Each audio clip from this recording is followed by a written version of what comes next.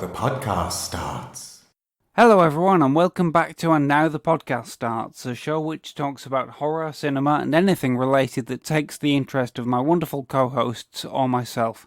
I'm TD Velasquez, but you can call me Dan in Greater Manchester, and today I have the pleasure of being joined by... Kirsty Warrow in Shropshire. Hello Kirsty, Hi. How's it going? It's good, how are you? I'm relatively well in the apocalyptic world. That's good to hear. Thank you very much. I'm again just reminded of how lucky we are because, we have, I guess, the equivalent of first world problems around here. Absolutely.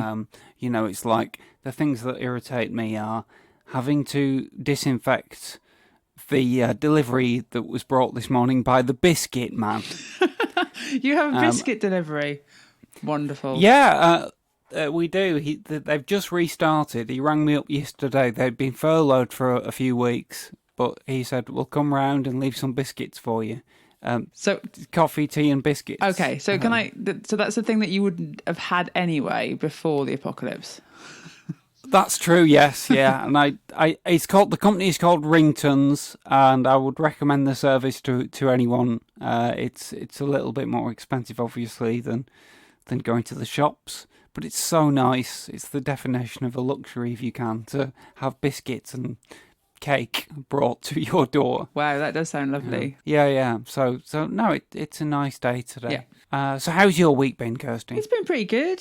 Sun is shining today, so that's nice. And yeah, I've just been kind of watching stuff, doing work, paying attention to what's happening out in the world. I came across last night, I think on AV Club. I might be wrong. I'm attributing it wrong there.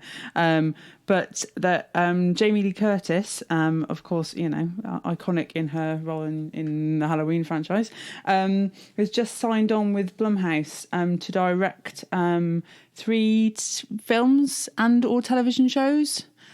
So she's kind of moving into being a horror director. So I think that's something to. Are they definitely horror? From what I can tell, they seem to be. But right. I'm not sure. It was late last night when I came across this. So that's one to kind of watch. Well, I mean, Blumhouse is known for its horror output. So. Yes, although I think their method or their business model is kind of based around they use a lot of the profits from their kind of mass production of horror output to fund occasional non-horror things like Black Klansman and stuff like that. So, and I kind of would expect that Jamie Lee might have negotiated for a bit of range in the projects that she would want to direct because I don't think she's exclusively interested in horror. No. I think she once stated that she doesn't watch horror films because they frighten her too much. Yeah. But she loves the genre and has never shied away from it in terms of making those films. But I would imagine that kind of as a filmmaker she'd have wider interests as well. But yeah, I mean, actually, I've just managed to find that this is from Deadline. All right. So the project is called Mother Nature, and it is kind of billed as being a horror project, which is centered around climate change with Curtis directing and co-writing. So fantastic. Yeah, so that's going to be an interesting one to kind of follow, I think. Yes. But yeah, I mean, I appreciate what you're saying about her, kind of her maybe views as a spectator watching horror. But her whole career has been kind of synonymous with the genre, hasn't it? And even up to kind of Screen Creams more recently. No, she's never shied away from it. Yeah. She's always gone back to it, and I really respect that, even though she started in the genre and then moved into more mainstream stuff, as famously observed in the script of Scream. She went legits. Yeah, she did. As Jamie Kennedy's character said. Yes. But she always came back, and she she never stopped being kind of enthusiastic and proud of the horror films that she'd made. No. And I love that she has come back, as an actor, in a very substantial way, making not just one but a trilogy of new horror films, and that now she's kind of leveraged that to create directorial opportunities and projects. It sounds like a perfect marriage in a way, because I've always got the impression that Jamie Lee Curtis is a very sensible, business-headed person. Yeah. And I think Blumhouse definitely are. Yeah, she seems very astute, doesn't she? So yeah, and definitely. I know it's not horror again, but horror adjacent. Really enjoyed her performance. I don't know if you've seen Knives Out, the Rian Johnson I'm looking film. forward to watching that. No, I haven't seen it yet. It's lovely. It's really well crafted. I think it might enjoyable. be. You might be able to let me know if you think I'm wise here. It strikes me as the kind of film I could enjoy with my mum. Yes. Am I wrong? I mean, no. I don't think so. Because it's like we like old-fashioned murder mysteries, and I know that it subverts that to an extent. Yes. But we would have gone to see it at the cinema, but we couldn't make it happen for some reason. No, I think it's a very enjoyable. I think probably the word romp has been used to describe it. Right. And lots of fantastic actors. Jamie Lee Curtis amongst them, doing kind of very. I don't want to say hammy in a bad way. It's not, but they're all clearly having a very good time. Heightened. Yes. On the comedic side. So it's an enjoyable film. Yes, it's got a fantastic cast, doesn't it? Yes. Christopher Plummer and Chris Evans. Evans, yes. It's got Michael. Daniel Craig. Michael Shannon is in there. Toni Collette. Oh yeah. And many more. Yes, it's really good. So, but again, not horror. So. But connecting to horror, it does have the actor from Get Out. I can't remember his name off the top of my head. Lakeith Stanfield is in it. Yes. Yeah. I've never seen him in anything apart from Get Out, but he was so great in that film. I'd love to see him in something else. So. Yeah, he's in a film called I've forgotten what it's called now. Currently on Sky Cinema. Oh, Sorry to Bother You, which is a kind of commentary on kind of race relations in America and success and white privilege. Yeah. Okay, great. I didn't realise that was him. Oh, fantastic. Yes, I wish I had some kind of horror-related news. The nearest thing to horror I've watched in the last week has been his Dark Materials, which might be quite frightening when you're 8.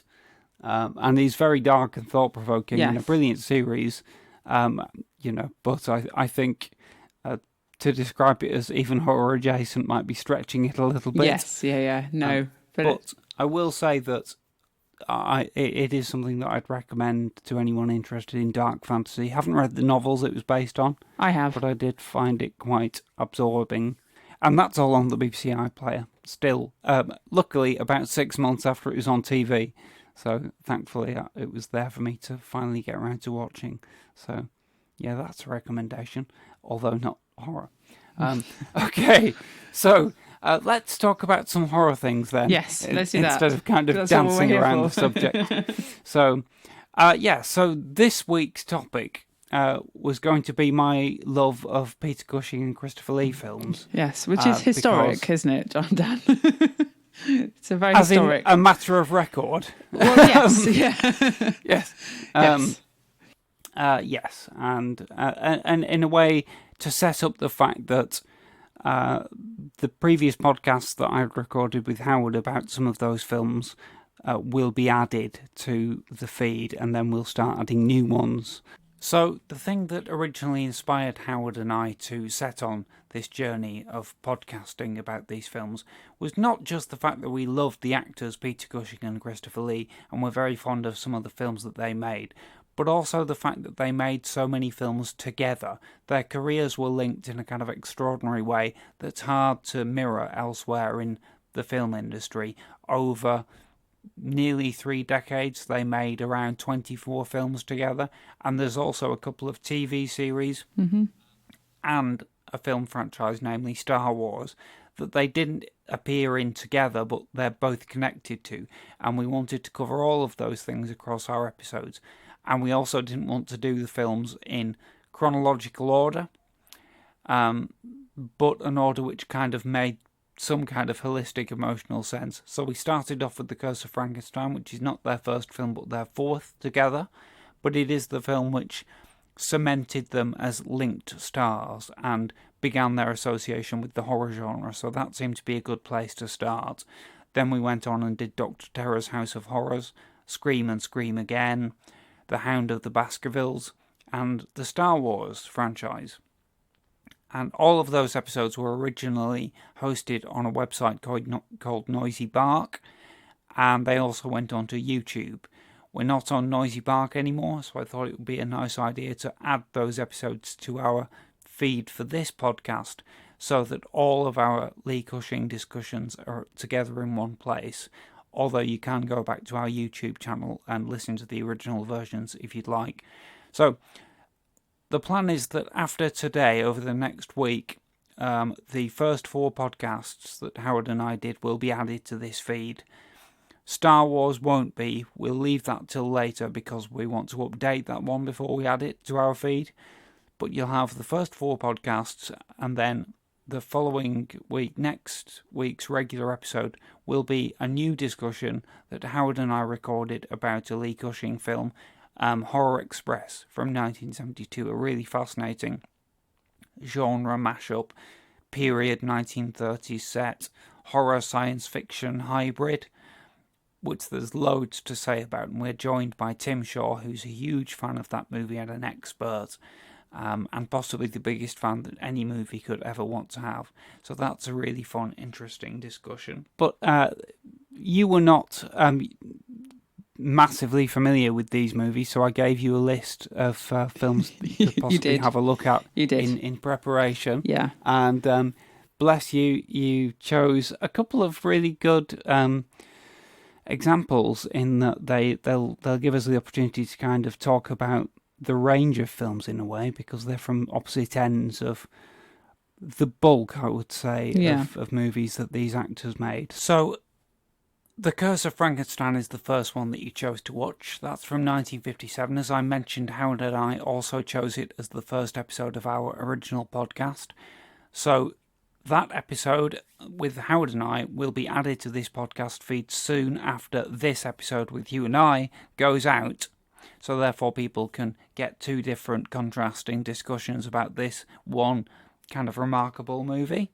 And then the other film you chose was The Satanic Rites of Dracula from 1973, which incidentally is the movie from which our wonderful podcast artwork created by Brian Gorman was drawn, which Howard and I have not done yet.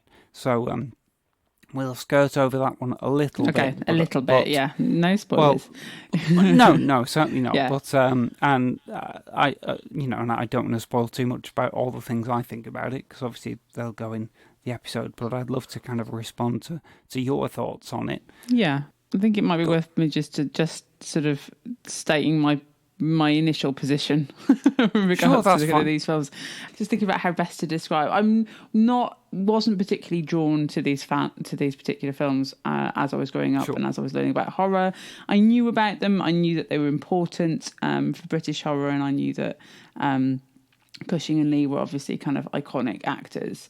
But the little bits that I had seen in both my kind of leisure watching and my education didn't grab me. I found them at the time a bit kind of campy, not dynamic, and yeah, well, this is my perception.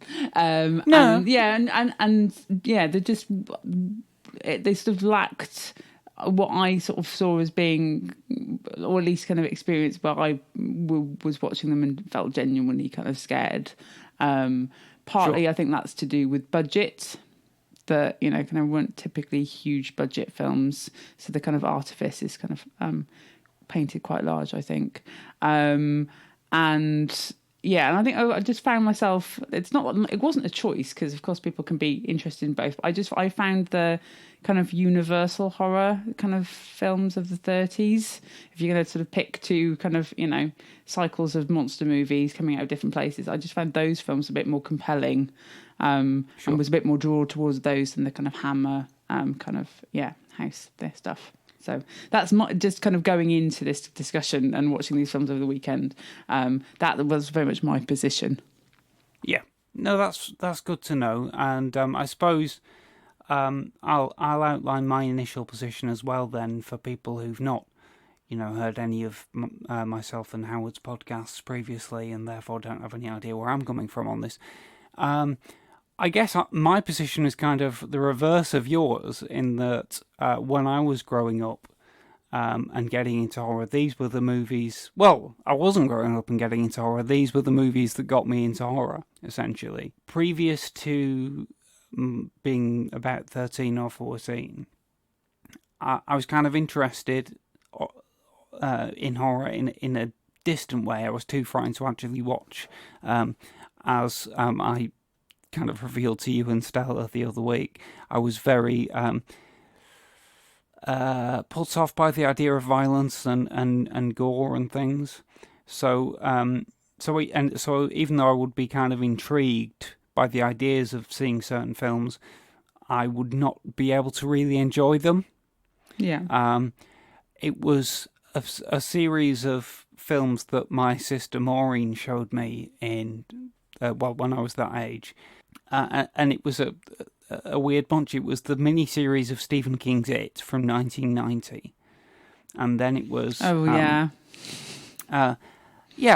Which obviously for people of a certain age... Yeah, as in our age. Yeah, that's very impactful. Because, yes. I would have been 9 when that was made. I didn't see it for a few years because, it's in those days... American TV shows tend to take a while to come over to the UK. Yeah. I do remember seeing it on the shelf in the video shop because American product would often, even if it was TV show, would appear as a rental video long before it was actually broadcast on a British TV channel. So Tim Curry in the makeup was kind of staring at me from the video shelf. And again, I probably would have been too scared to go near it. It was the fact that my sister kind of sat me down and made me watch it. Right. And soon after that, she introduced me to a film called Dr. Sarah's House of Horrors from 1965, which is an anthology horror film featuring Peter Cushing, Christopher Lee, and a film called Asylum, which is another anthology with just Cushing. Obviously not just Cushing, other actors as well. Yes. From 1972. And those were the movies. I did find them a little bit frightening, but mainly they kind of introduced me to the idea that horror could be fun. Yeah. And something to be enjoyed, not just kind of endured. And I went from there, really, and it was from there to other kind of Hammer films, just because they featured some of the same actors. I mean, those two films I've just mentioned were not Hammer films. They're by a company called Amicus, but it's obviously the same kind of era. Yeah. And the next one I saw was The Brides of Dracula, which is Peter Cushing as Van Helsing, but it doesn't have Dracula in it at all, despite the title. I think if I was seeing that, I'd feel a bit sort of, kind of badly missold without Dracula in it. Yes, the fact that people were kind of disappointed with the lack of Dracula in the movie, it kind of coloured that and made people think it wasn't very good, but actually it's great. And it was the perfect kind of next film to seduce me into the whole kind of gothic mode. And I, at the same age, I was never really hugely attracted to the Universal ones. I respected them, and I've seen a few of them, but I think they do have they have kind of generally greater kind of artistic worth in the directing and in the tone and things like that, and to some extent in the photography with the chiaroscuro lighting and the German Expressionist influence. But I think it was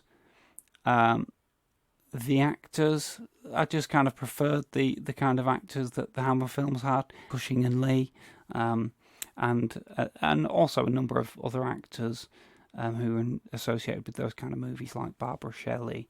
So for you, the kind of the draw is very much those two performers. Well, yeah, absolutely. I think that without them, I don't think I'd be as interested.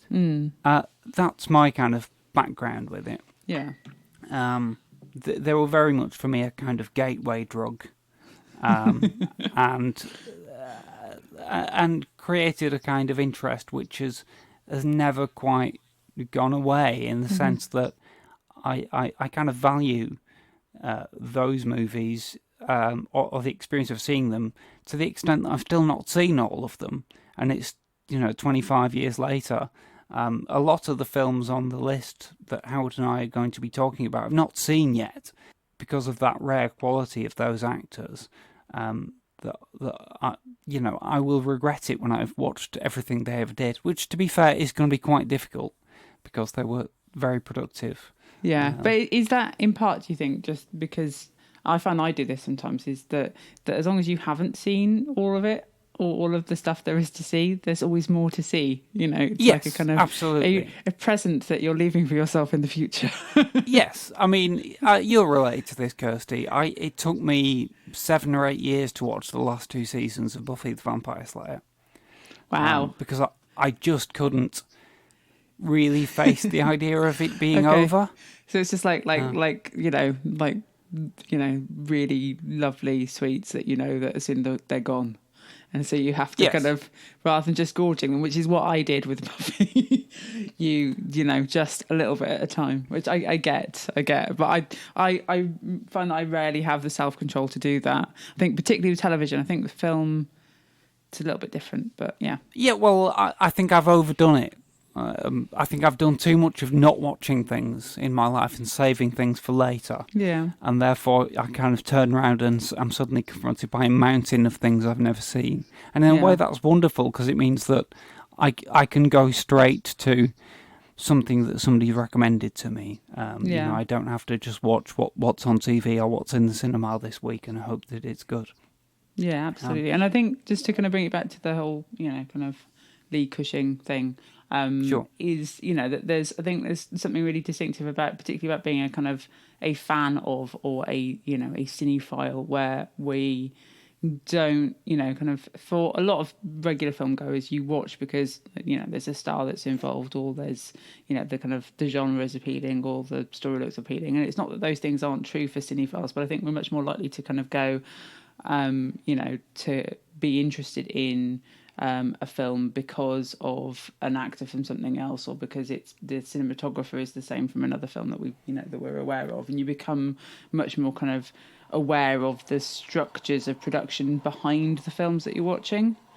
Yes. In a way that helps you kind of create a web or network, in terms of your kind of cinephilia, if you like. Yes, and it's two things. I think it's the desire to connect things. Yeah. Because then you're building up like a wider universe of understanding. And also it's the desire for familiarity to an extent. You will go along a certain line of things that you know something about, while also learning and encountering new things at the same time. For me, it's a kind of balance between the two. So therefore, in a way, when Howard and I are talking about all these movies, we're approaching them almost as an episode in a TV series, or like, the latest football game from your team. We'll be saying, how is Cushing in this one? I think Lee has been a bit misserved by this. So there is that aspect to it as well. I suppose I should also outline that I think that the value of these films lies in two things. One, it's kind of historical in the context of film industry history. I think that there is a kind of mode in cinema of the Gothic, which is kind of become inflected with maybe more Englishness than it did in literature, because you have like the Universal movies with all those actors with English accents, and even now that kind of continues. I think a couple of weeks ago you mentioned Crimson Peak, and every now and then Hollywood or another national cinema produces a movie of this kind, and they tend to kind of use British actors and sometimes British settings. Like The Others is an example, because that's a Spanish film, isn't it? And it stars an American actress but doing an English accent. I think she's Australian, though, isn't she? Oh, sorry, yes. Nicole Kidman. Yeah. Thank you for the correction. It's okay. But yes. But yes. So whereas I think when the kind of time period of the Hammer films is almost the only part of film history in which those kind of movies were actually being made in England by British people. Yeah, and I suppose if you kind of go back and look at the roots of kind of, part of the reason why I picked the two films that I did for, to discuss today is because of their links to, kind of the iconic works of Gothic horror literature, which are both, written by Brits. Yes. So I think, it does have that, kind of lineage, doesn't it? And I think particularly for a global audience, there's, something about the kind of archaic structures of British society that, kind of have that capacity for horror that maybe, particularly something like, kind of newer, cultures like, American culture in its contemporary form don't have that in the same way, and so it's culturally, I suppose, it's kind of easier for them to kind of cash out the associations that they have with our kind of historical legacy, if you like. Yes, and I mean, I was watching Sleepy Hollow the other day, which is set in New York, in a Dutch settlement in New York at the turn of the century. Yeah, but most of the actors are English. Yes, and Johnny Depp is the lead, but doing an English accent.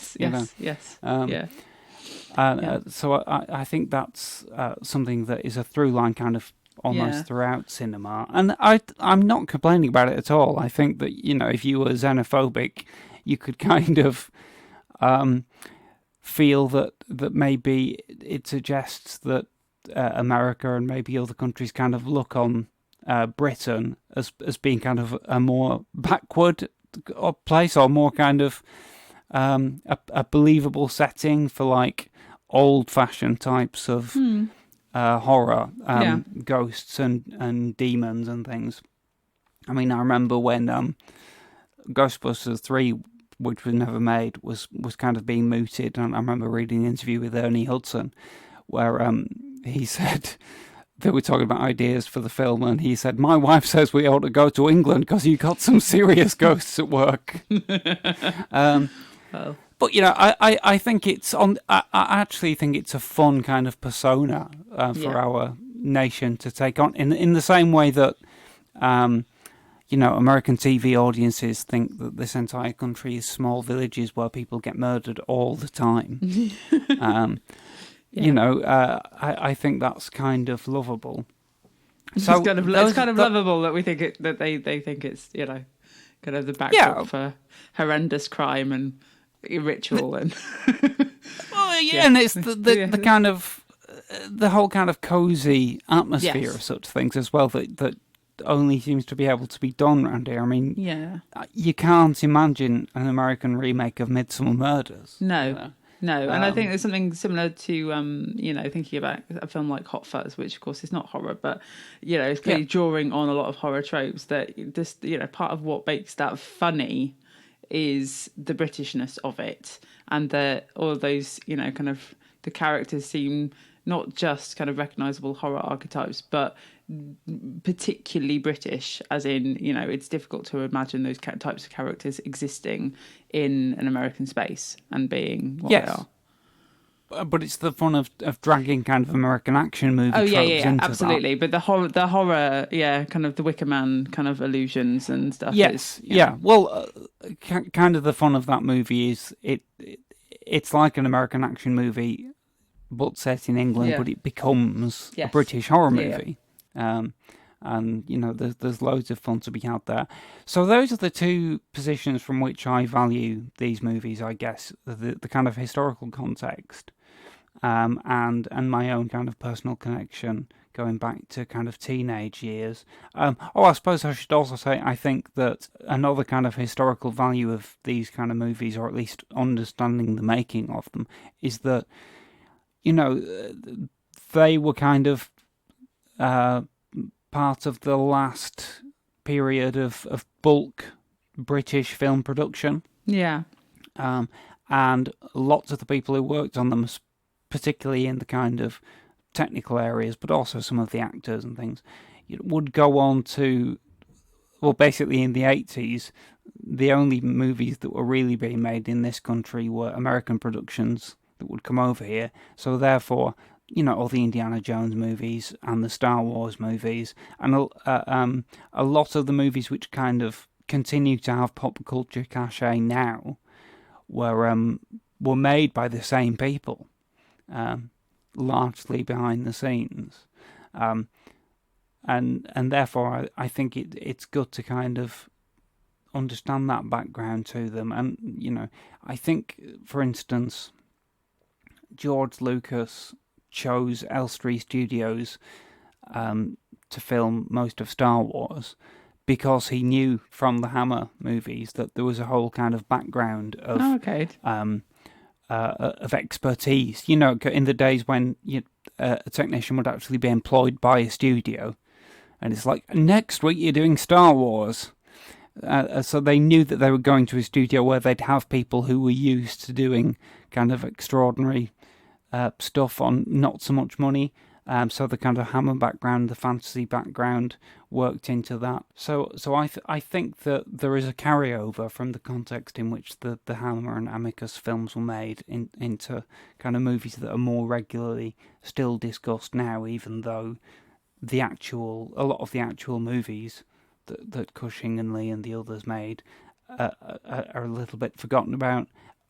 Although I immediately qualify that, I know that they're not forgotten about by the fans and a lot of people who would listen to this podcast, who love them very much, and that's kind of why I wanted to talk about them, because I love them and I want to celebrate them, but also kind of maybe if we have a chance of attracting people to know about them who don't know about them, to just fill in a little bit of the context and maybe encourage these people to possibly watch some of them who've not seen them before. I think that more or less sums up my kind of broad position on these kind of movies as a whole, without discussing too much of the individual movies. But I do think another thing that I feel important to do as a fan of these movies and as someone who cares about these movies is to talk to people who don't have the same connection to these movies that I have, and to see how these films kind of react to kind of more modern scrutiny, because we must kind of re-examine art always, and it's perfectly fun for me and Howard, because we love the movies, to kind of go on a journey of, in a way, what we're doing together is, we were talking earlier about, you don't want to run out of things to watch. But of course, what you can do when you've watched everything is you can try and see them again through someone's eyes. Absolutely, yeah. I enjoy his perspective, and I try and bring mine. And obviously, we don't agree on everything. That's kind of not the point. And that's why I was really pleased that you're happy to talk about these and take a look at these movies. Yeah, it was a kind of nice excuse to kind of acquaint myself with some work that I kind of, as I said, hadn't been necessarily drawn to before. But I know that obviously you have a great affection for And I think the other thing to note as well is that, just in the lovely kind of message you sent me with the kind of links, is just how accessible these films are, kind of on free platforms. So, even if a kind of listener hasn't seen, the films that you've talked about, is that most of them are kind of available on YouTube in some form, which is great. Yes, well, although at varying levels of legality, I have to say. But one of the films that you watched, though, the Satanic Rites of Dracula, is actually it's public domain. So anyone can put it on any platform and watch it. And the only real question is, do you see a good quality print of it? I mean, it is on Amazon Prime, but it does not look great. Although it's kind of strange that movie's public domain, but the other Hammer Dracula films are not. But they're there anyway. So. Thanks for pointing that out about how accessible they are, and I'll also mention quite a lot of them turn up regularly on the Horror Channel in the UK as well, so it's worth kind of keeping an eye on that, and we'll try and flag those up in our show if I know of any showings that are coming up. So let's talk about the Curse of Frankenstein for a bit. Yes, let's do that. More than 100 years ago, in a mountain village in Switzerland, lived a man whose strange experiments with the dead have since become a legend. A legend that is still told with horror the world over.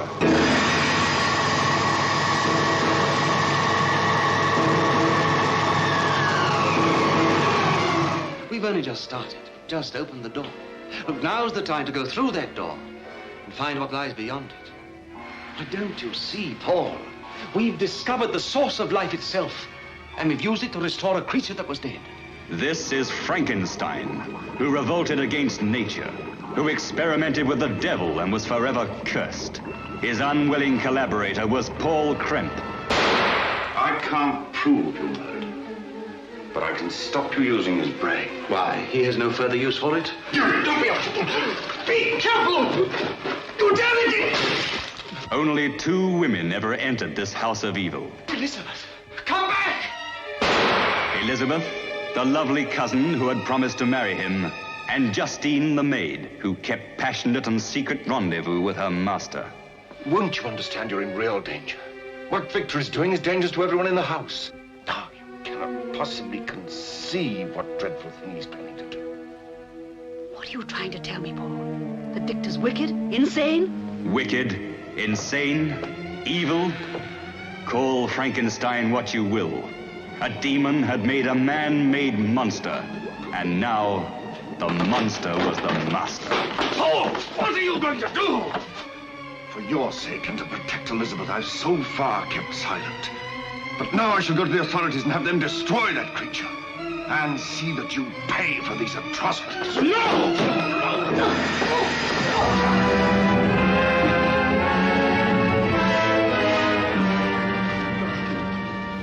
So you can come at this from a point of view of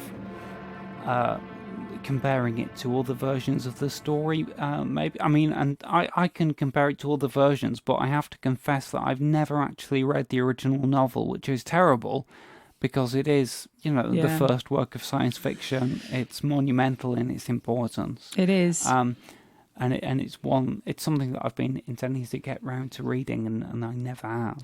Yeah, I think for me, it's probably useful for the listener to know this. My kind of road into horror was actually through, the novels and then the kind of early 90s film versions of both Dracula and Frankenstein. So there are two books that I've read, and 2 films that I hold quite close to my kind of heart because of the kind of being a kind of gateway drug into harder horror stuff, so that's kind of part of the reason why I picked The Curse of Frankenstein. And obviously 1957 is kind of fairly early on in the kind of the kind of films that we're talking about. Dan, you'll confirm. Well, it's the first horror film with Peter Cushing and Christopher Lee. Okay. It's the first colour film produced by Hammer. Right.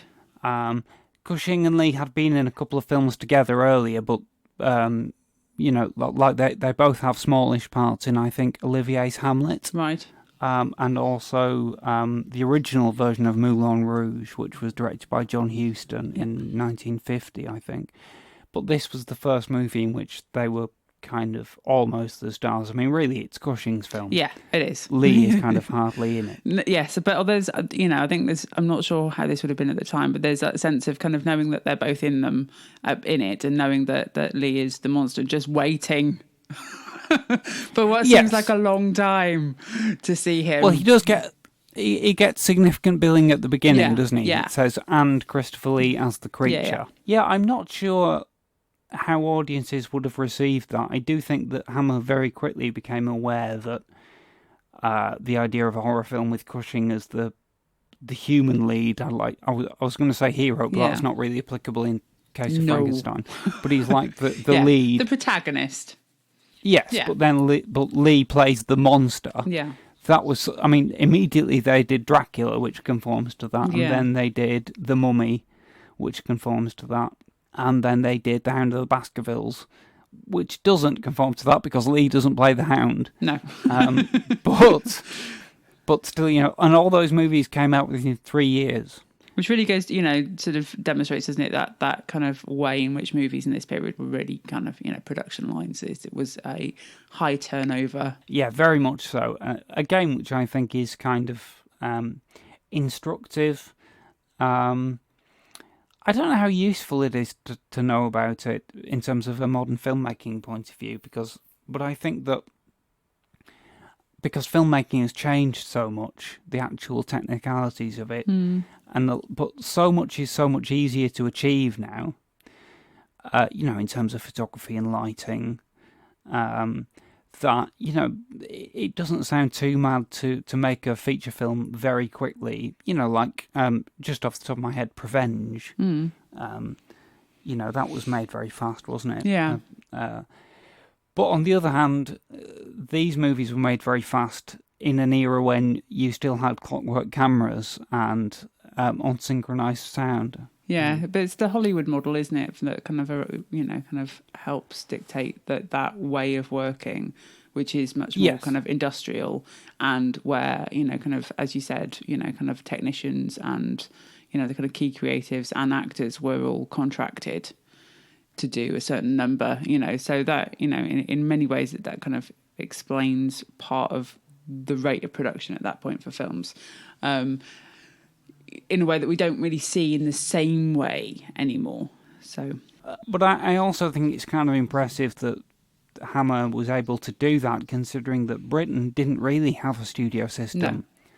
No. They had a series of studios which rose and fell. They had Ealing with the comedies, they had Gainsborough with the melodramas, and they had Hammer with the horror. And it's kind of interesting that each studio kind of became attached to a genre, almost. Whereas the studio system in Hollywood had been churning out films kind of earlier and for longer, I think, because those kind of vertically integrated oligopolies, which had obviously started to break up by the end of the 50s, like everywhere, but they've been very kind of self-supporting, and I feel a bit like in Britain the situation was more like the studio was out on their own, and they had to kind of raise the cash and make the film, and kind of almost do everything on a film-by-film basis, strike a new deal with a distributor. This is why the Hammer films are kind of a little bit all over the place in terms of who owns them. Yeah. Because they would distribute by different people. And so in a way they were kind of caught in the middle of this big transition. You said before about it being the first Hammer film in colour, which I didn't know, which for me kind of explains one of the kind of the things that surprised me about it was exactly how colourful it is and how kind of well lit it is for a kind of horror film. Yes. I suppose that there's that kind of propensity of going, okay, well we're shooting colour now, so we better make it worth it in terms of the money we're spending. So yeah, I mean for me it kind of it lacked that, kind of chiaroscuro thing that I really love from horror, but I now understand it from a kind of production perspective because of that. Yeah, and it does lack that, absolutely. Which, I mean, interesting. Obviously, the pre-Curse of Frankenstein Hammer horror films, because they did do a few, Quatermass Experiment, Quatermass 2, and X the Unknown in the mid-50s, they are all part of that chiaroscuro thing, and they do have that kind of, that they create menace through that. And Curse of Frankenstein is very much the beginning of a different approach, and it does, by nature, kind of eschew a lot of the things which we might go to horror for, and I think you said you didn't find them hugely frightening, and that's fair. Yeah. I don't think they really are. I think they were shocking at the time, and if you've really never seen violence or blood on screen, that might have been kind of traumatizing almost. Yeah. But they're obviously on that level kind of tame now. There are much more violent. There have been much more violent films and TV shows for a long time now, and these films are mostly kind of suitable for like 12-year-olds. Yeah. But on the other hand, I think that another part of the context that we can fill in about them is that horror was kind of becoming something else at the time, with the kind of rise of youth culture in the 50s and movies aimed at a young audience. So, like, even in Hollywood, you'd kind of moved beyond the golden age Universal horror movies, and you'd moved into this kind of monster B-movie phase, where you might have a movie that is supposedly about Dracula or Frankenstein, but they would be changed. They would not aim for a feel of dread or a particular sense of sophistication. And you were getting things like, I was a teenage werewolf and things like that by this point. It's funny because I think with this, it feels... I was thinking about it, I was watching it, and there's just kind of two points I'd make. One is that kind of emphasis on well-lit and colour does two things for me in terms of it not being horrific. Is that I think darkness is really important in a kind of horror text, because I think it, like, one of the innate things that we do with that is that you kind of lean towards the screen, kind of instead of interrogating the frame, waiting for something to kind of jump out of those dark negative spaces. And this one was kind of absent of those. And I think then again, the well-litness of it, kind of, again, I was talking earlier about that kind of sense of it being kind of the artifice of it. It became, kind of increasingly, it was watching kind of clearly, things on sets rather than kind of feeling like we were in authentic spaces, which meant that later when there is some action that happens outside, that felt quite jarring. Right. From, just... from a sort of kind of modal shift from, kind of internal studio into external locations.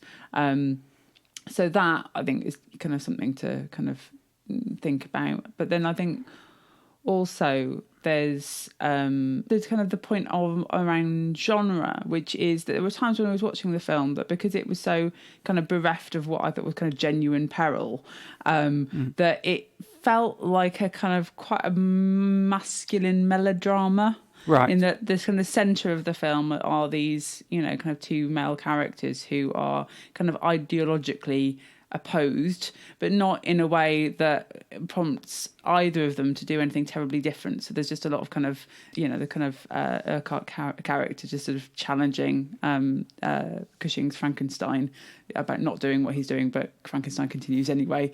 So it just, there didn't seem to be the kind of level of kind of body horror that I think I would expect from a Frankenstein, well, a version of Frankenstein. Much more kind of dialogue. I mean, you are right, absolutely. Also, masculine melodrama, by the way, is a great phrase to describe a lot of these films. Thanks. I think that's actually fantastic, and I think melodrama is a kind of genre or style of storytelling in cinema which lives or dies on the actors. I think that, again, going back to the fact that I like these actors so much, I think with different actors, this would be not a good movie. And I think that, people have different positions on the quality of the scripts. I think the script is pretty good, but at the same time, I also think that there are lots of lines and scenes in it that just would not stand up if they were not being delivered by Peter Cushing. Like the bit where he and Paul Kremper have an argument, and he says, "But you won't win, Paul. And do you know why you won't win?" And just things like that. And I just thought his delivery is so crisp and so steely as well. Yes. I think his performance, when you cartoon it like that, it obviously seems very stylized and very unreal, but there's something, he's able to make it real. I don't find myself disbelieving him in this role or kind of most of the roles, and I think really in a way he is the centre of most of the sense of danger that the film does have, in that the film is not frightening in a kind of horror way that we might understand it from the way the genre has developed. Yeah. But at the same time, you wouldn't want to be in a room alone with him. No. I think he is frightening because you believe him, and therefore you take him seriously. I have to say though, I didn't believe him particularly. I think what's interesting is I believed him more as a performance at the beginning and the end of the film. With the in the cell, I found more convincing, and I think for me, I drew a line between why it's not that I can see that he's a very fine performer, and as I kind of alluded to in some of our early communications, I really sort of see kind of Benedict Cumberbatch with my modern eyes in kind of Cushing in this era, and that's not just because of the National Theatre Frankenstein production, but I think there's just something about the kind of angularity. I'm not sure that's a word, but I'm going to use it. No, I know what you mean. Well, and he's very pointed. They're both Sherlock Holmeses as well. Yes, exactly. And that makes complete sense. Yes, there is something very Cushing about Cumberbatch, I think. But that said, I think where the film sort of slightly fell apart for me, as a version of this story, is the fact that we don't there's very little development of Frankenstein's backstory in terms of understanding what's motivating him to create the creature to do the thing that we know that he does. Whereas both the novel and kind of other versions that I've seen have given really kind of strong kind of sympathetic motivators to that character. So even though we know he, is clearly doing the wrong thing, there are kind of human and emotional reasons behind it, which kind of, places, I think, the spectator in an interesting position, or the reader in an interesting position around kind of, you see that he's hurting, you understand why he's doing what he's doing, but nevertheless, it's not the right thing. I have to say, kind of find that this film, not because she's performing necessarily, but this film kind of gave the meat that I would need to kind of, buy into him as a kind of a character that I, kind of wanted to follow or understood his actions. I do agree with what you're saying, actually, but I find it is a strength. I also love other versions of the story, and particularly the Branagh one. Oh, and by the way, just to kind of draw some parallels between our two kind of formative experiences with horror. Yes, Bram Stoker's Dracula and the novel Dracula and the film Mary Shelley's Frankenstein all kind of factored in very early with me as well. I just never got round to reading the novel Frankenstein, but I was very fond of the book and of Dracula and of that Coppola film, and I read the screenplay of the film, and I'm kind of familiar with the intricacies of the story there and how that movie tried to reflect it, which most other versions of Dracula just don't bother Yeah. to do that. But my point is that I do appreciate those, and I appreciate the character of Victor in those versions of the story, and he is this conflicted, understandable, to a certain extent, sympathetic character, and all of that is cut from the Hammer one, and it remains cut. There are 6 movies about this guy, Peter Cushing's Frankenstein, and he's just constantly trying to make creatures, and you never really know why. Okay. You never really know why. And what I think is something that his performance does, for me anyway, is take that emptiness and make it fascinating, make it like he's possessed in some way. You never quite know what's driving him to do this, but you just know that he damn well is absolutely certain that he wants to do it. And occasionally he does kind of, in the later films, waver his path a bit. The quality of writing kind of goes up and down, and depth comes and goes, but you never lose the sense that this guy will do what he's set out to do, even though you don't quite know why. And yeah, I do think it's maybe an issue. Well, on paper it is certainly an issue with the storytelling that we don't know the large bulk of Victor's motivation. But on the other hand, I do think it's a fascinating element of Cushing's characterization, that he is driven by this thing that you don't know why he's doing it, and yet he keeps doing it. And despite tons and tons of obstacles throughout the movies, and he just keeps on going.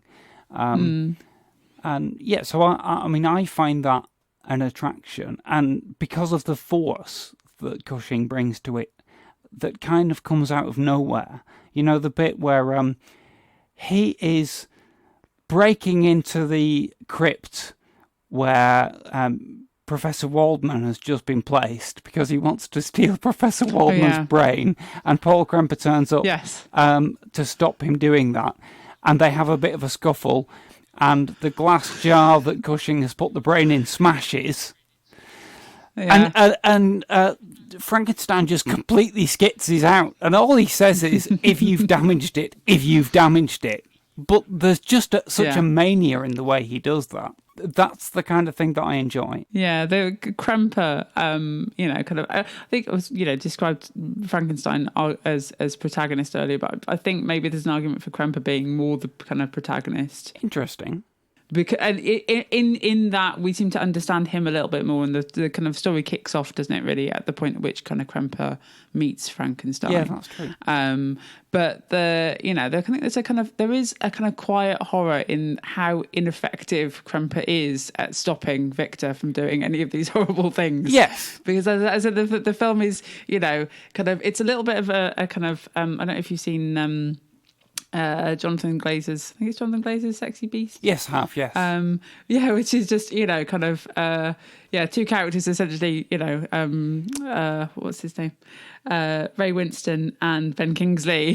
Just going, Kingsley going, do the job, and Winston going, no, and just repeating that over and over. It felt similar in this film, in that, kind of, Kremper keeps saying, don't do this, Victor, and Victor just goes, I'm going to do it anyway. That seems to be the kind of primary conflict in the film, is that kind of, opposition from Kremper, which never really kind of, he's able to kind of fully force his will upon Victor until kind of the final moments. And having him been the kind of the arguably the moral heart of the film, in terms of a person that you as a viewer can kind of relate to, that felt really dark, the ending. Yes, without giving it away, but it's dark, but it's understandable as well. But it seems like kind of having not been as forceful as he could have been all the way through, the kind of the fate that he leaves Victor to seems a little bit sort of, not,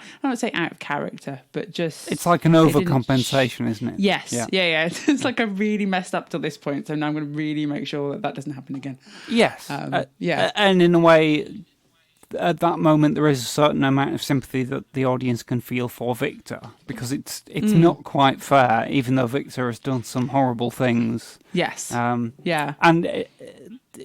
the kind of movies, the subsequent movies in the series kind of dance with that a lot. The idea of sometimes he's doing ambiguous things, sometimes he's doing straight out bad things, but there are people kind of ranged against him who are justified to different degrees, and at certain points you can understand where he comes from a little bit and do feel a little bit more sympathy for him. And again, Cushing is an actor who's able to kind of capitalise on essentially these like little hints in the script to wring bits of sympathy and kind of various emotional range. The other thing that I mention about this movie is that it does set up the masculine melodrama of the Frankenstein series. Every single Frankenstein film, the central relationship is between Frankenstein and a male assistant. It's a different assistant in every film. And then, a creature is created at some point. And that they kind of repeat that formula. And in a lot of ways, the entertaining quality of the movie is based on how good the other actor is. Like in Revenge of Frankenstein, it's Francis Matthews, and he's quite interesting. And also the creature is played by an actor called Michael Gwynn, who's great. So that's a really good one, but it does kind of go up and down a little bit. And I suppose it's clearly a product of its time as well, in the way that the two female characters are, they're entirely secondary. Entirely, which, as a female viewer and as a feminist, it makes me kind of, slightly kind of twitch and wink. I think that certainly the one I felt most sorry for was kind of Justine and her treatment. I mean, if at the point at which I decided that I definitely wasn't a fan of this particular version of Victor Frankenstein, it was in the treatment of Justine in the film. Yes, absolutely. He's horrible to her. There's no two ways around it. He's definitely the villain of the film, but yes. I don't think that's the same as saying that Paul Kremper is kind of the hero, even though he's more relatable. But I do like the fact that you've brought out some nice things to say about Paul Kremper, because that character and that actor get a lot of flack. I mean, some people just think he's awful, and it is kind of known that the actor Robert Urquhart was kind of distasteful of the movie. Once it came out and he saw it, he went, right, I'm never having anything to do with anything Hammer ever again. But I think he's fine. And you also brought up the point that, he doesn't age in step with Cushing. And actually, in the film, he's Victor's teacher from Victor's early teens and stays with him through the rest of the film. But once Victor has grown up enough to be played by Cushing is actually older than Urquhart. So that kind of threw you out. It didn't work for me. I mean, it never occurred to me that Urquhart was younger than Cushing, although I must have known it on some level. But it's more like the suspension of disbelief between Melvin Hayes as the young Victor and then Cushing as the older one. So I mean, I would take it. I think we're meant to take it that presumably Victor is only in his early 20s or at the most 30 in the film. Yeah, I mean, this is one of those moments, isn't it? I think in film where you really get. I find I'm kind of encouraged to think about the big differences between our expectations around film and verisimilitude and theatre. So in the theatre with a bit of makeup, I would absolutely bought Robert Urquhart as Kremper, the kind of older Kremper, and Cushing as the younger. But in film, just yes, because ostensibly what we're looking at is kind of filmed reality, although clearly it's not. It just didn't work for me, and I think that was like my kind of first moment of going, oh, not sure I'm gonna be able to kind of go with this for the duration. But as it kind of went on, what I found is that I was, I wouldn't call myself a great assessor of performance necessarily, but what I found with Kremper is that, he was clearly trying to do the right thing in terms of the way the character was written, and that gave me a, kind of an anchor into investing in the story that I wasn't getting from Frankenstein. Right. And I think maybe his visual youth kind of works with his ineffectualness. Frankenstein and Cushing kind of dominates him in the story and on screen, and that kind of is appropriate in a way. I think maybe that's what they were going for. I'd assume that in an ideal world they'd have liked to have cast an older actor as Grandpa and make him look younger for the first scene. Rather than cast an actor who's the appropriate age for the first scene and then try and convince us that he's older for the rest of the film. You know, that's much more of a leap. But no, it is nice to hear just Grandpa kind of reevaluated, because Howard really hates him. Oh dear, he does go on about poor Grandpa. So we've spent a lot of time on Curse of Frankenstein. We haven't got much time left, but obviously it's worth mentioning Dracula. It's happening right now in London. New York could be next. Or Paris, or Rome, or Tokyo. It's happening right now to this girl. Perhaps it's your turn next.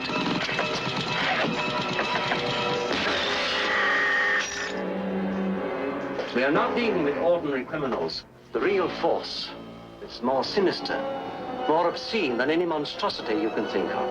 Lord of corruption, master of the undead. Count Dracula.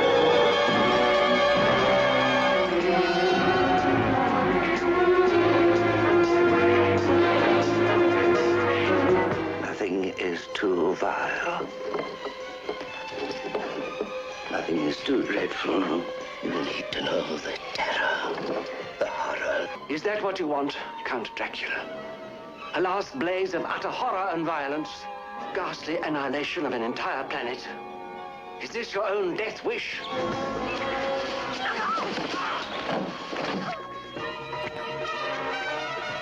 I call upon you to witness my supreme triumph.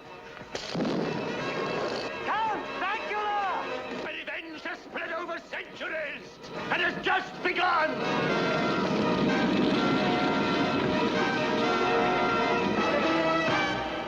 So like you, I'm a huge fan of the original Dracula novel, and I will just kind of fill in a bit of production background on this movie. Sure. It's the 7th full Dracula film from Hammer. I think I lose count, because by saying full Dracula film, I mean Dracula film that actually has Dracula in it. Okay. And it's only the third one which has both Peter Cushing and Christopher Lee, because Van Helsing is actually not in most of them. And it's the second one to be set contemporary to when it was made. All of the earlier ones are set in unspecified Victorian era. Mm-hmm. And they're kind of mostly set not in Britain either. Even though the novel is, the film that Hammer made of Dracula in 1958, without kind of stating it outright, kind of moves the whole story into Europe, because they didn't have the budget to kind of do the kind of globe trotting that the story in the novel does. Yeah. So therefore it's just a few, they're like a few adjacent towns in a European country, and maybe they go over the border into Transylvania a couple of times, and that's about it. And this movie is one that I've always I've always enjoyed. Possibly part of that is that before I watched it when I was 15, I was kind of aware of the negative press about it, and the reason that the kind of purists don't like it is because it moves away from the Gothic time period. Obviously, so it moves further away from the novel than even the films already were. The previous movie in the series, Dracula AD 72, was pretty reviled, and this is the sequel to that, so it's kind of guilt by association. And I can certainly see that if you love the Gothic qualities of earlier Dracula films or of the novel, then those are pretty much absent here. But what I take it as is an interesting genre switch, because basically it's a sci-fi spy thriller that happens to have Van Helsing in it, and the villain happens to be Count Dracula. but in a modern day setting where he's the head of a corporation. And I think if it kind of fits into the 70s TV genre of things like The Sweeney and The New Avengers. Yeah, it does feel, doesn't it, very much like it's trying to do that, cash in on those associations. And the director was from those kind of things. It's got Joanna Lumley in it, who had not done The New Avengers yet, but it's still that there's that link. William Franklin did both as well, and I love the musical score in it, which is like the most 70s musical score you can imagine, but at the same time, there's something about it that feels very televisual. So the whole thing has a kind of relaxed, almost Bergerac-y kind of quality to it, which is not what I would say to someone who I was recommending it to. No. But I can say it to you as you've seen it. Yeah. But I can appreciate that, and especially I do like the fact that, you know, it's a sequel to the Dracula adaptations that Hammer had done. And if you take it and you compare it directly with, especially the first Dracula with Cushing and Lee, it's a huge genre shift. The period has changed, the genre has changed. It reminds me of, going from Alien to Aliens. There's qualities of an action movie in the Satanic Rites of Dracula, and I like the kind of the sequel that takes a conceptual leap, and it's diluted by the fact that this is not the second film in the series. It was the seventh, but without discussing the films in between, you can see it as the absolute lowest point of a gradual decline. But I think there's a freshness into the way that it kind of leaps into that kind of spy TV style that lifts it above a lot of the others. Yeah, I think at the beginning it certainly feels less horror. I think that kind of whole opening sequence does feel very sort of kind of television thriller chase sequence. Kind of ambiguous settings in the dead of night and ambiguous characters are clearly up to no good. So that kind of and initially no trace of a vampire. Is for a film. Yes. Yeah, you kind of go, okay, well, that's not quite what I was expecting, and certainly that kind of alienation from its original kind of gothic, or at least kind of associated gothic settings, I think is interesting and grabbed me pretty quickly, I have to say. Yeah, I mean, I think that just as a kind of thriller, the opening is quite good, isn't it? As you mentioned, the lack of dialogue in the opening, and the fact that you have this kind of sequence where, like, an agent witnesses an occult ceremony and escapes, but then we see more of the ceremony as he kind of tells other people about it, and he keeps flashing back. Yeah. There's a really nice kind of structure to that that is kind of extended really well and brings you into the plot, and kind of and elements then like Van Helsing and eventually Dracula kind of come in, I think, fairly organically. Yeah, I mean, they sort of, I would agree. They're kind of folded in a way that seems relevant to the kind of plotting of the film and a way of explaining the kind of mysteries that, the kind of the investigators that we are, introduced to have to kind of deal with. I have to say, they all seem to sort of deal with the idea of vampires, kind of satanic rituals reasonably well. Yeah, exactly. In a way, it feels a bit like, I mean, it is a sequel to a film, to, Dracula AD 72 also had the character of Inspector Murray in it, and they've kind of gone through this before a bit. But at the same time, it almost feels like it comes out of a TV series that's like about an X-Files-like team where they're just used to this stuff. And again, that's probably one of the reasons that I kind of find it charming. That probably works for me because I'm familiar with the actors. I mean, I don't know if you spotted the remarkable number of Hitchhiker's Guide to the Galaxy connections in this movie. I have to say I did not. I probably would have done, or because I watched it on a sort of slightly smaller screen, and obviously the quality was not great, but I will trust you when you say that there are. What's he called? Matthews, the kind of civil servant who gets it all rolling. He is Slarty Bartfast. No. Wow. Yeah, absolutely. And Major Torrance, the kind of commander of the unit, he is the voice of the book in the later Hitchhikers Okay. series, the ones done in the 2000s. Okay, so not Peter Jones. And then Lumley was in them as well. So Yeah. it's like, over time, it's a film that's become more Hitchhikers-y, which is kind of slightly bizarre. Yeah, and I think for me as well, I think that's a really kind of a neat point for me to kind of jump on and talk about the way in which I found really difficult to watch this film and then not kind of retrospectively kind of see or make intertextual references to other texts, not intertextual references because clearly they're not there, but the way in which, you know, the kind of the setting of the film and the big house and the kind of the robes and the rituals and stuff, I was like, okay, that's Eyes Wide Shut. Right. There's even bits, I think, with the kind of the fact that with the kind of the what seems to be High Priestess, kind of made me think a little bit about the second episode of the first series of Sherlock, The Blind Banker. I think there's some kind of elements of that. Right. You know, it wouldn't surprise me at all if, you know, kind of Moffat and Gatiss and Euros Lynn, I think, who directed that episode, kind of were making some kind of connections to this particular film. I think this is definitely a movie which has influenced them. Did you see their recent version of Dracula? I have not, I have to say. There is part of me that is, you know, kind of, again, I'm so attached to the kind of, the novel that I'm not ready to watch that version yet, although I clearly will. And actually, I think watching this film made me go, oh, come on, Kirsty, you've really got to watch that version. So it wouldn't surprise me at all if there are kind of clear references there. And then also, I know it was made slightly later, but I felt the kind of the sequence in the middle of the film, which is very much kind of the horror in this, you know, in this large house, felt quite Suspiria-like, which I know it can't have been because because of the dating, but. It was very easy for me to make the connections between the two of those because I've seen them quite recently. So, so I think it's kind of, in many ways, quite rich film for its, you know, kind of use of film language and, you know, the way in which I think as a contemporary viewer you can kind of locate it, you know, retrospectively in a kind of wider canon of stuff.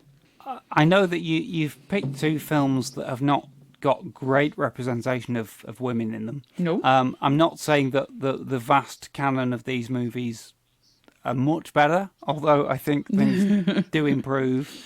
And I think kind of part of the impact of Hammer, even though it's exploitative to an extent, is that Hammer films put a degree of female sexuality on screen that had not previously been seen. And I don't just mean nudity and things like that, because I think this started before censorship started to lack. I think that in the very first Dracula film, it's kind of clear but unstated that the women are very attracted to Dracula and things like that. Yeah. And therefore, and women start to have kind of more powerful roles in the plots and things. And you do get a few appearances by the wonderful Barbara Shelley, who is a sadly kind of underused horror star, but she did get to play a vampire, a gorgon, and a few heroines as well. You know, she kind of spans the kind of horror archetypes. Yeah. But she's not here, though, is she? She's not here, but no. No. I was going somewhere with that, though, which is that I do think that, well, of Satanic Rites of Dracula has never entirely seemed to lack strong women to me, just because I associate Joanna Lumley so strongly with, like, the New Avengers. And, yeah, she's pretty hapless in this movie and ends up the subject of a sacrificial act and has to get rescued and things like that. Yeah. But I do think there's the kind of seed of a great character. I know it'll never happen, but I kind of wish that Hammer would now, because they keep trying to revive themselves as a company and obviously don't have much of an idea of how to exploit their back catalogue.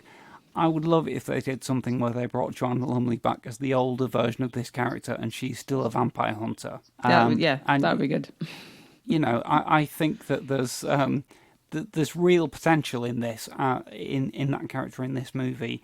And funnily enough, its potential, which is pretty much entirely brought by Lumley, the same character as in the previous film, played by a different actor. Okay. And in that movie, she doesn't have that at all. For me, though, I did, well, I think contextually it's interesting because obviously there's, between the two films that I've seen, it's kind of late 50s and now kind of early 70s, there's clearly a big shift in what's acceptable on screen. So they're kind of, in the first sequence, very, very early on, we have some very clear kind of, female nudity, but that's in, this kind of context of a satanic ritual where the kind of female body is being used as, kind of an altar. And there's a kind of a sequence later on in the film, again, I think it's kind of flashback, but we kind of, there's the blood on her stomach and men putting their fingers into the blood, which, is clearly clearly a metaphor for penetration.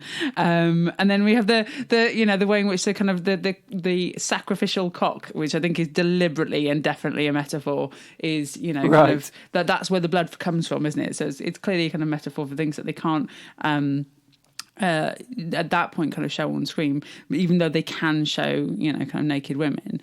Yeah. But I, the thing that the problem I have with it, again, and this will clearly be something we'll talk about in a future episode, is the way in which kind of, a woman's body is kind of is equated so strongly in horror as sinful as the place on which sin is located, which is kind of clearly here.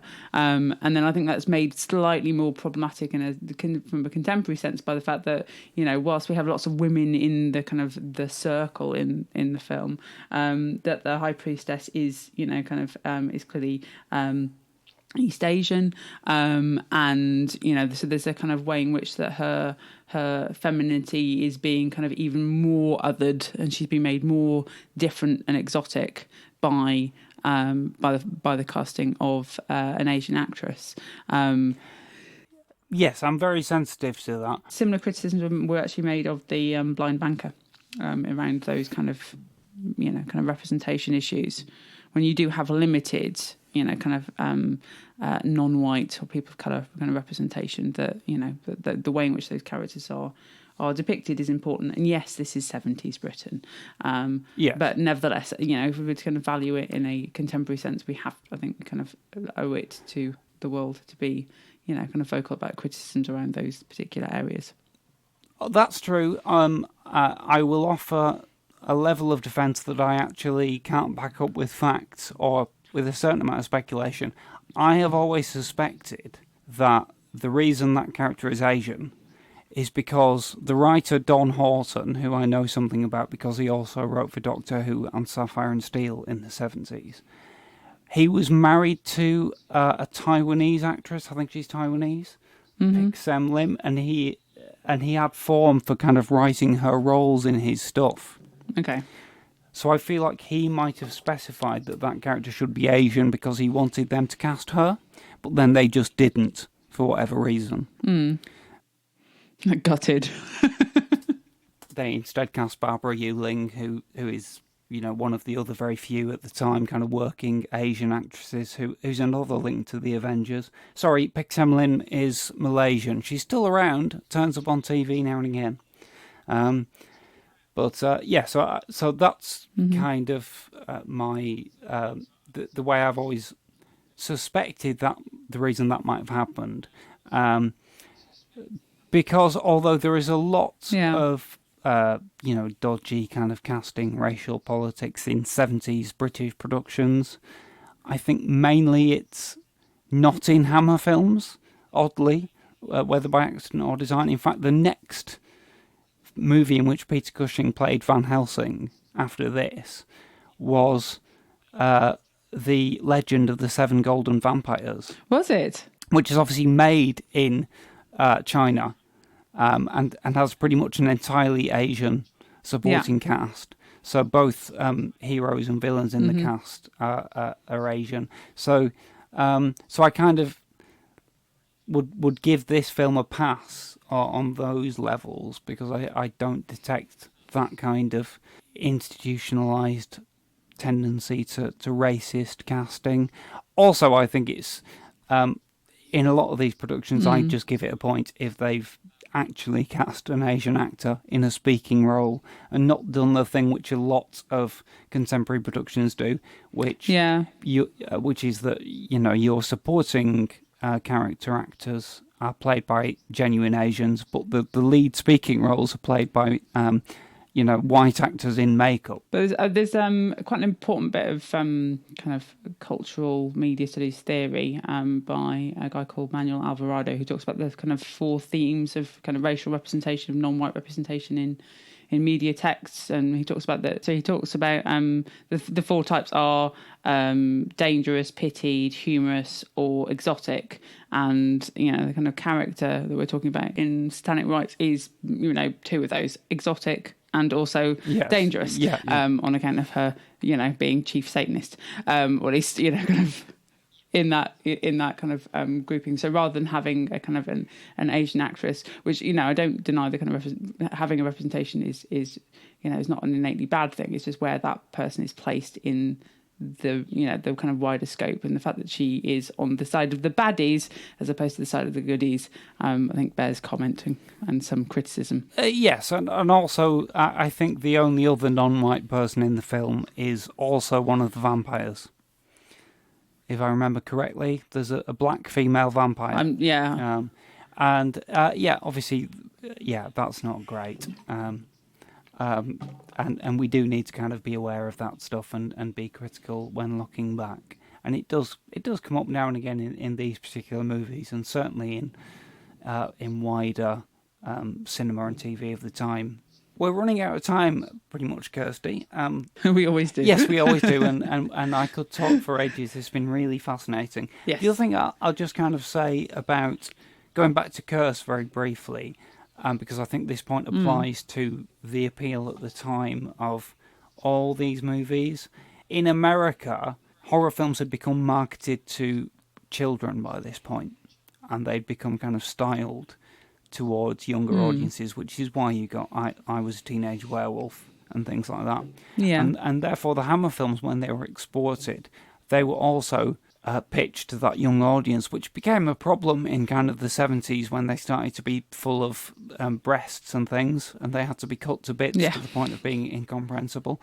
But certainly the early ones were kind of quite suitable for that audience. And suddenly I've heard American Hammer fans who were around at the time say that they found something really thrilling in the fact that the movies were being sold to them as kids, but the characters in them were grown-ups, and conflicts between grown-ups, or as one fan said, adults trashing other adults. Right. So it kind of had a youth culture appeal and relevance at the time, because they were irrelevant to the youth culture, which I think is kind of interesting. And that is funny. Understanding that is understanding how the films kind of fit into the kind of burgeoning youth culture. Because 50s is remembered as the time when, it was post-war, kids had a little bit more money and were looking for things to do, and you had the explosion of drive-ins in America and things like that. And a final note I wanted to say about, you were talking about the colour and the bright lighting. I think in a way a useful way to think about these horror movies is that they are like kind of dark fantasy, and when I say dark I mean more in the kind of subject matter than in the visuals. Because these movies, the thing which they stumbled upon that was unique was the colour and was the fact that you could see stuff. So they don't have that same appeal to the imagination that, say, the Val Lewton Hollywood productions of the 40s do. It's a completely different style, really, and a completely different type of horror. And certainly, unless you were very, very young, I would not recommend you go to these movies if you want to be scared. But I think the appeal of them at the time was a combination of shock and adventurousness. And I think the shock has faded. But I possibly because I remember it from my youth, I still enjoy the adventurousness of them. And there's an adventurousness to the fact that all these movies that Howard and I will be watching, in a way, you don't know where you're going to go next, which genre you're going to go into. I should make it clear right now, actually, that the frequent horror-adjacent nature of this podcast in general is going to manifest itself very strongly here, because Christopher Lee and Peter Cushing did make a lot of films together, but they were not all horror films. Oh, okay. They're in some historical epics. Scream and Scream Again and The Night of the Big Heat are as much science fiction thrillers as horror films.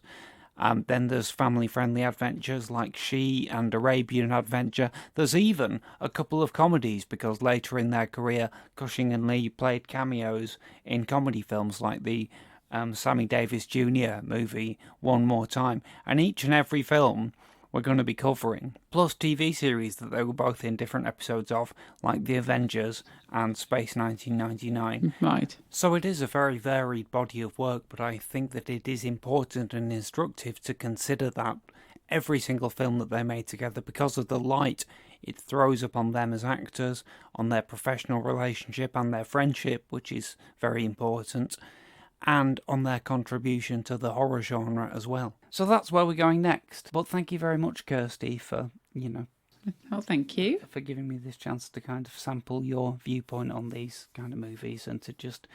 Well, thank you for the detail. Oh, well, it's been an absolute pleasure. The context. We're coming to the end of the episode, so what we always like to Yeah. do is just recommend some things that are available easily to our listening audience in the horror realm. Do you mind if I ask you to go first this week, Kirsty? No, not at all. Not at all. So I've got a couple, 3 recommendations, and one actually I've not seen yet. It's just, this is the thing I'm going to watch this week. I've actually got 2 television recommendations and then a film to talk about.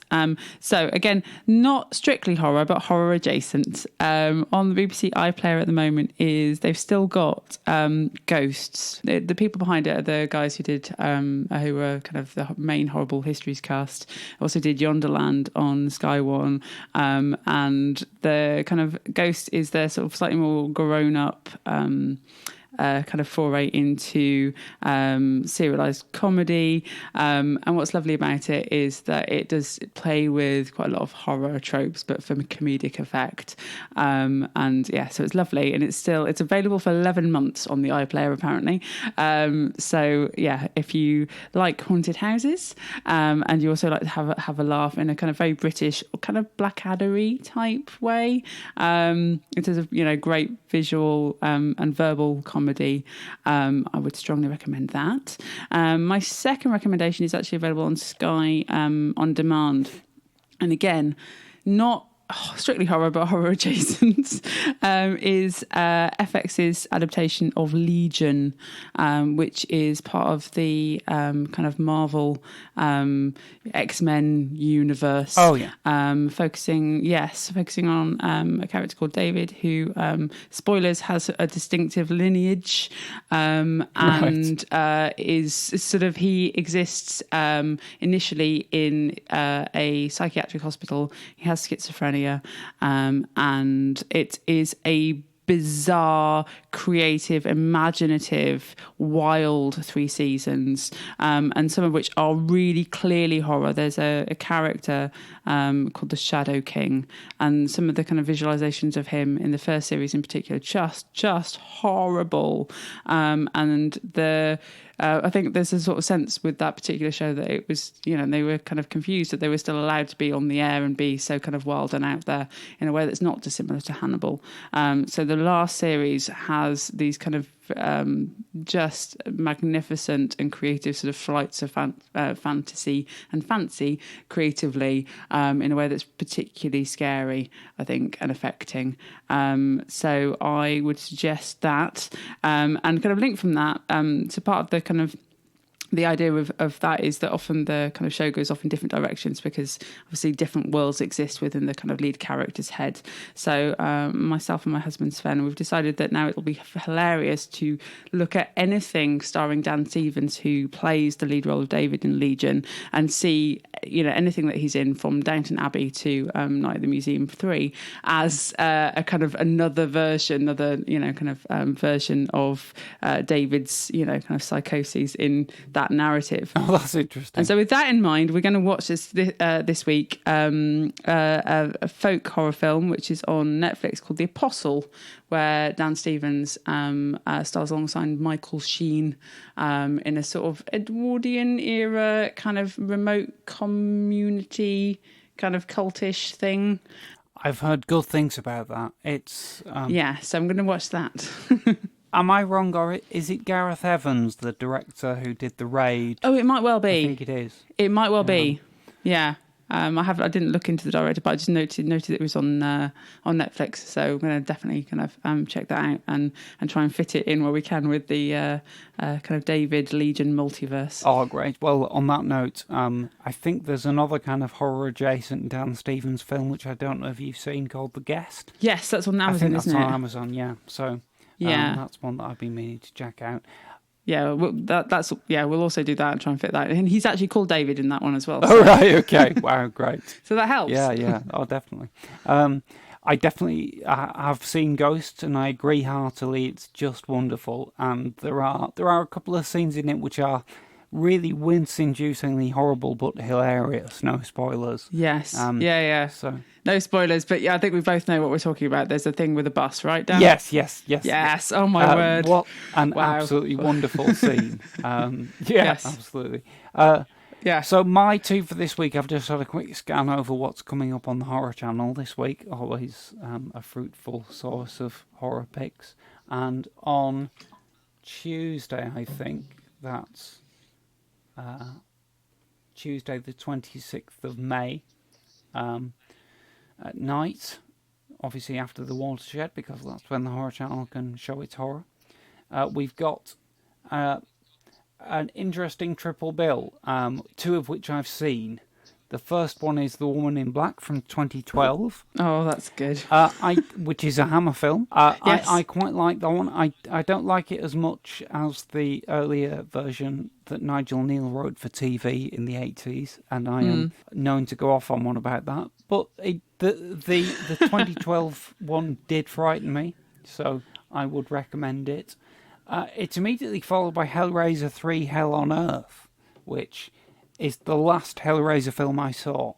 But not because I thought it was terrible, but because I heard that the later ones were pretty bad.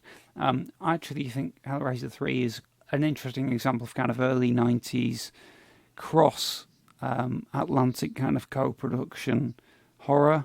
It has British elements and American. And I thought it was fun. And that's followed by the Elijah Wood remake of Maniac, which I haven't seen. And I haven't seen the original either. But if you fancy a horror triple bill, then then those three are on Tuesday night. Correct me if I'm wrong. Are they making a television show of Hellraiser? I believe I read that somewhere. I sort of think maybe the Hellraiser thing has been in development hell for a while. Again, it's one of those things where the rights situation is kind of complicated. Clive Barker owns some of it, studios own some of it, and different people are trying to develop different things. But yeah, something will come of it. It's got a fan base, and the original film is one that I find very interesting. I don't feel that I'm necessarily attracted to the idea of it as a franchise, in the sense that I don't think the most interesting stuff in the original film are the things that they carried over to the sequels. Do you know what I think is the most interesting thing about the first film, Dan? Go on. Well, it's the only horror film that I know of that has a character called Kirsty. Oh, no way! Which is obviously means it's very special to me. Oh, yes, of course, Kirsty. Yeah, Tiffany, Kirsty, Tiffany, as they shout in Hellraiser 2 about 1 million times.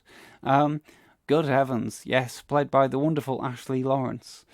I feel like you've set me a task now to find other horror films starring a Kirsty, but I think you would have noticed if there were. Well, yeah, or maybe, and listeners could find them. Yeah, I think I would, but I might not be aware of some of them. So, If anybody knows any more horror films with a character called Kirsty, please let us know.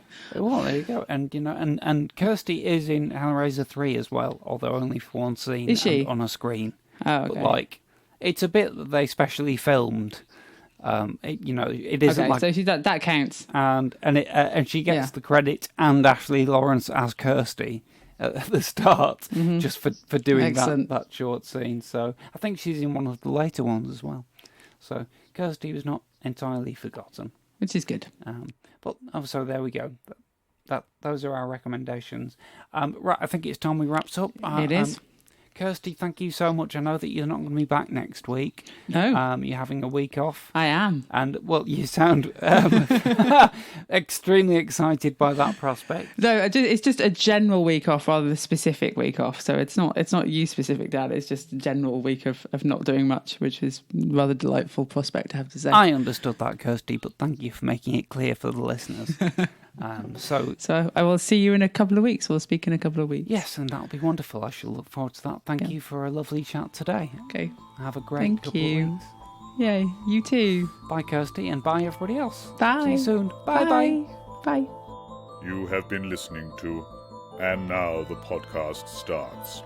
Produced and released by Ambidextrous Solutions Limited. Presented by Kirsty Warrow and T.D. Velasquez.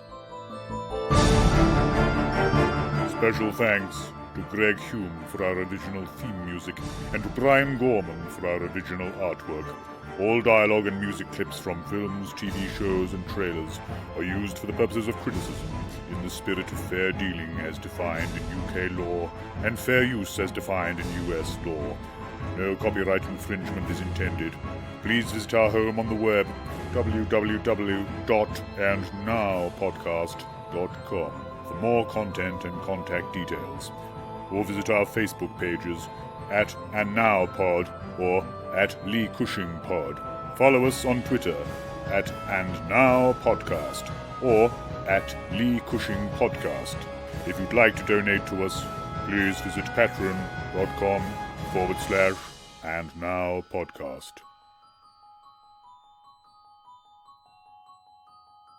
And now the podcast stops.